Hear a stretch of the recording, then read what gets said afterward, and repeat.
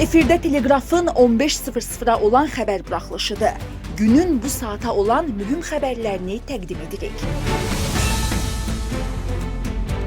Azərbaycanla bağlı çağırış Paşinyanın planı nədir? Nikol Paşinyan Azərbaycanla bağlı hədəfini açıqladı. Azərbaycan seçim qarşısında Bakıya qarşı təxribat, sülhü kim istəmir? Ermənistan və Azərbaycan arasında işgüzar əlaqələr qurulacaq. TRIP layihəsinin həyata keçirilməsi və Gümrük-Qars dəmir yolunun istifadəyə verilməsi də daxil olmaqla regionun nəqliyyat infrastrukturunun tam şəkildə açılması bölgədə sülh və əməkdaşlığı daha da gücləndirəcək, bölgəni şərqlə qərb, şimalla cənub arasında sülh qovşağına çevirəcək. Telegraf xəbər verir ki, bunu Ermənistanın baş naziri Nikol Paşinyan Hakim Vətəndaş Müqaviləsi Partiyasının seçki proqramını təqdim edərkən deyib. O bildirib ki, Ermənistan regionlaşmanın praktiki tətbiqi üçün 3+3 formatının daha da inkişaf etdirilməsinə əhəmiyyət verir və bundan sonra da ona öz töhfəsini verəcək. Qeyd etmək lazımdır ki, sülh balanslaşdırılmış və tarazlaşdırılmış xarici siyasət konsepsiyasını qəbul etdiyimiz andan özümüzə, regionumuza və dünyaya fərqli perspektivdən baxdığımız andan başladı.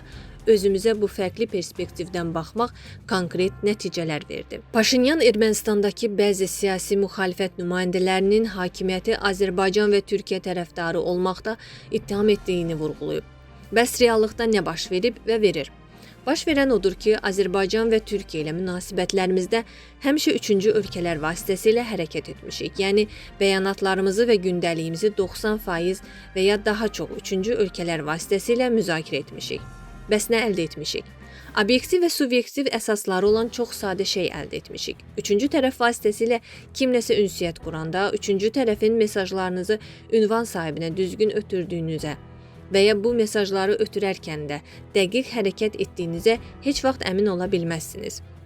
Çünki üçüncü tərəfin öz fikirləri, öz maraqları, öz qavrayışları ola bilər. Biz heç vaxt üçüncü tərəf və ya tərəflərin maraqlarının nə olduğunu bilmirik. Bu da uzun illərdir bölgəmizdə sülhün olmamasının səbəbi idi. Biz bu mövqeyimizi dəyişdik və bəyan etdik ki, əgər Türkiyə və Azərbaycanla danışacağımız bir şey varsa, niyə danışmamalıyıq? Mesajlarımızın düzgün yerə çatdığına və dəqiq cavab aldığımıza əmin olmağımızın yeganə zəmanəti budur. Məhz təcrübələrimizdəki bu dəyişikliyə görə bizi və ya məni Türkiyə və ya Azərbaycan tərəfdarı olmaqda günahlandırırlar. Çünki 10 illiklər ərzində təcrübəmiz belə olub ki, Türkiyə və ya Azərbaycana deyəcək sözümüz varsa, mesajımızı çatdırmaq üçün harasa zəng etməliydik. Birbaşa ünsiyyətdən yayınmışıq, buna üstünlük vermişik. Baş nazir əlavə edib ki, Türkiyə və Azərbaycanla münasibətlərin daha da inkişaf etdirilməsi böyük əhəmiyyət kəsb edir və Vətəndaş Müqaviləsi Partiyası bu yolu davam etdirəcək. Ümid edirəm ki, yaxın gələcəkdə Ermənistan və Azərbaycan arasında işgüzar əlaqələr qurulacaq.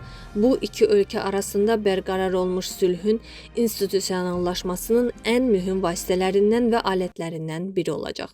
Bunu Ermənistan baş naziri Nikol Paşinyan Hakim Vətəndaş Müqaviləsi Partiyasının seçki proqramını təqdim edərkən deyib. O bildirib ki, Ermənistan və Azərbaycan arasında sülhün institusionallaşması artıq 2024-cü ildə Tavuş-Qazax istiqamətində dövlət sərhədinin delimitasiya və demarkasiya prosesi ilə, daha sonra isə iki ölkənin sərhəd komissiyalarının birgə fəaliyyət qaydalarının imzalanması və ratifikasiyası ilə başlayıb.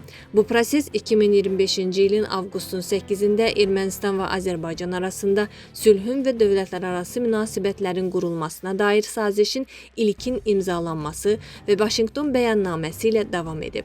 Həmin sənədlə sülhün və nəqliyyat infrastrukturunun blokadadan çıxarılması prinsipləri təsdiqlənib. Baş nazir qeyd edib ki, bu proses artıq başladılıb və onun hüquqi əsası da mövcuddur. Onun sözlərinə görə sərhəd komissiyalarının birgə fəaliyyət əsasnaməsi iki ölkə tərəfindən imzalanıb və ratifikasiya olunaraq hər iki dövlətin hüquq sisteminin ayrılmaz hissəsinə çevrilib. Həmin sənəddə göstərilir ki, sərhədin müəyyənləşdirilməsi üçün əsas prinsip Almatı bəyannaməsidir. Bu isə o deməkdir ki, müstəqil Ermənistanın ərazisi keçmiş Sovet Ermənistanının ərazisinə, müstəqil Azərbaycanın ərazisi isə keçmiş Sovet Azərbaycanının ərazisinə uyğun hesab olunur. Nikol Paşinyan həmçinin bildirib ki, sülhün institusionallaşması üçün əsas addımlar da müəyyən edilib və bunlar həyata keçirilməlidir. Baş nazir əlavə edib ki, həmin addımlar aşağıdakılardır: sərhəddin delimitasiyası prosesinin davam etdirilməsi, Vaşinqton bəyannaməsinin davam etdirilməsi, Ermənistan və Amerika Birləşmiş Ştatları hökumətləri tərəfindən qəbul edilmiş TRIP layihəsinin icra çərçivəsinin məzmununa uyğun olaraq TRIP layihəsinin həyata keçirilməsi. Ermənistan baş naziri Nikol Paşinyan Hakim Vətəndaş Müqaviləsi Partiyasının seçki proqramını açıqlayıb. Teleqraf xəbər verir ki, proqramda Ermənistan-Azərbaycan sülh prosesinə də yer verilib. Seçki proqramımız mənim müraciətimlə başlayır. Bu müraciət isə 2021-ci ildə parlamentdə qəbul edilmiş hökumətin 2021-2026-cı illərə dair fəaliyyət proqramından statla başlayır. Əlbəttə, son vaxtlar bu hissədən dəfələrlə stat gətirmişəm, amma seçki proqramımızın ayrılmaz hissəsi kimi onu yenidən oxumaq istəyirəm. Ermənistan və region üçün sülh yolu ilə inkişaf dövrünün açılması 2021-ci il növbədənkənar seçkilərin nəticələri ilə xalq qarşısında hökumətin üzərinə götürdüyü ən böyük missiyadır. Əziz Ermənistan vətəndaşı, Vətəndaş Müqaviləsi Partiyası sizin dəstəyinizlə qarşınızda üzərinə götürdüyü ən böyük missiyanı yerinə yetirib. Ermənistanla Azərbaycan arasında sülh bərqərar olub, Ermənistan üçün sülh yolu ilə inkişaf dövrü açılıb. İyunun 7-sində keçiriləcək parlament seçkilərində sizinlə birlikdə bir vəzifəmiz var. Sülhü qoruyub saxlamalıyıq. O yenidir, körpədir, hələ də həssasdır. Gündəlik qayğımıza ehtiyacı var. İyunun 7-sində seçki məntəqəsinə gedin və Vətəndaş Müqaviləsi Partiyasına səs verərək sülhü qoruyun, o bildirib. Nikol Paşinyan vurğulayıb ki, Vətəndaş Müqaviləsi Partiyasının seçki proqramının ideoloji əsası real Ermənistan ideologiyası və Ermənistan iqtisadi və institusional transformasiya doktrinasıdır. Ermənistan baş naziri həmçinin 2026-2031-ci illər üçün əsas götürüləcək işləri təqdim edib. Niderland və Belçika parlamentlərində Azərbaycanla bağlı qondarma qətnamələr gündəmə gətirilib. Niderland parlamentinin nümayəndələr palatasının deputatı Don Seder Azərbaycan xalqına qarşı müharibə cinayətləri törətdikləri sübuta yetirilmiş şəxsləri hərbi əsirlər kimi təqdim edir, onların azad edilməsini, eləcə də qondarma erməni soyqırımının tanınmasını təklif edib. Belçika parlamentinin nümayəndələr palatasının deputatı Michel de Maik də eyni motivli qətnamə layihəsi ilə çıxış edib. Onun iddiası Qarabağdan gedən ermənilərin beynəlxalq təhlükəsizlik zəmanətləri altında geri qayıtması, Bakıda saxlanılan erməni əsirlərin azad edilməsi, Azərbaycan Silahlı Qüvvələrinin 12 may 2021-ci il tarixli mövqelərə geri çəkilməsindən ibarətdir.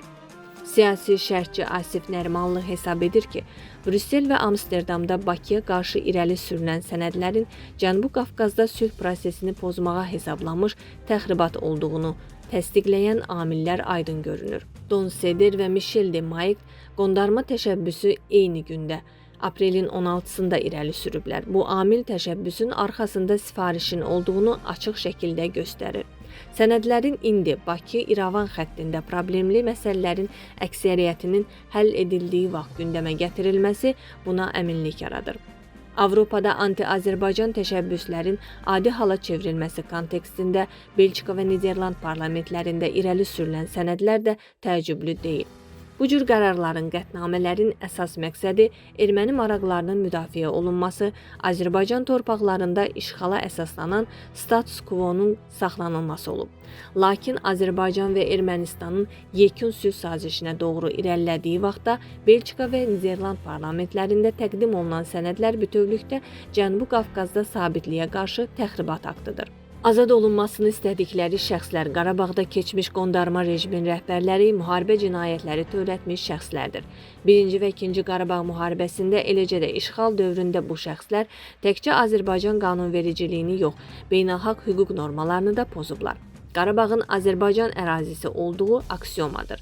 Bunu Belçika və Niderland da rəsmi şəkildə qəbul edir beynəlxalq hüquqda. Brüssel və Niderlandda Azərbaycan xalqına qarşı müharibə cinayətləri törətmiş şəxslərin azad edilməsinin gündəmə gətirilməsi təkcə beynəlxalq hüquqa laqeyd münasibət deyil, həm də bu ölkələrin rəsmi mövqeyinə ziddir. Qarabağdan gedən ermənilərin beynəlxalq təhlükəsizlik zəmanətləri altında geri qayıtması iddiası isə keçmiş münaqişəni yenidən diriltmək cəhdidir. Don Seder erməni maraqlarının qızğın müdafiəçisidir. Niderlandın qanunverici orqanında qondarma erməni soyqırımının tanınması, bu iddianı inkar edənlərin cinayət məsuliyyətinə cəlb edilməsi kimi təşəbbüslərlə çıxış edib. 2022-ci ildə Ermənistana səfər edən və İrəvanda qondarma soyqırımı abidəsinə baş əyən Don Seder həmin vaxt Xankəndidə qalan separatçılarla da görüşmüşdü. Seder 2025-ci ildə də qondarma soyqırımı ilə bağlı təmsil olunduğu nümayəndələr palatasında təşəbbüslə çıxış edib. Michel de Maik də Niderlandlı həmkarından geri qalmır. Qondarma erməni soyqırımının müdafiəçisi olan Belçikalı siyasətçi Qarabağın azad edilməsi və separatçı rejimin ləğvinə görə Azərbaycana hücum edən əsas şəxslərdəndir. Aydın görünür ki, Niderlandlı və Belçikalı siyasətçilərin Azərbaycana qarşı eyni gündə irəli sürdüyü eyni motivli sənəd erməni diaspora lobbisinin sifarişidir. Avropadakı marionetka siyasətçiləri aktivləşdirən erməni diaspora lobbisinin bir-birinə sıx bağı olan iki hədəfi var. Birincisi, Azərbaycan və Ermənistan arasında sülh prosesini arxa plana keçirmək, indiyə qədər əldə olunmuş razılaşmaları sual altına salmaqdır. İkincisi, Ermənistanda 7 iyunda keçiriləcək parlament seçkilərində Nikol Paşinyan hakimiyyətinin sülhə əsaslanan seçki proqramını pozmaq, revanşist qüvvələrin əlini gücləndirməkdir.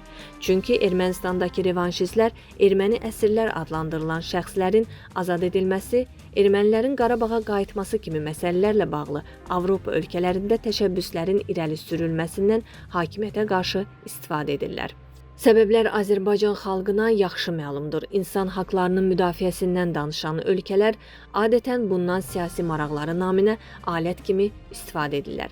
Lakin artıq hər şey dəyişib. Cənubi Qafqazda yeni reallıqlar yaranıb. İnsan haqlarının siyasi məqsədləri naminə istismar edən ölkələrin əməlləri də ifşa olunub.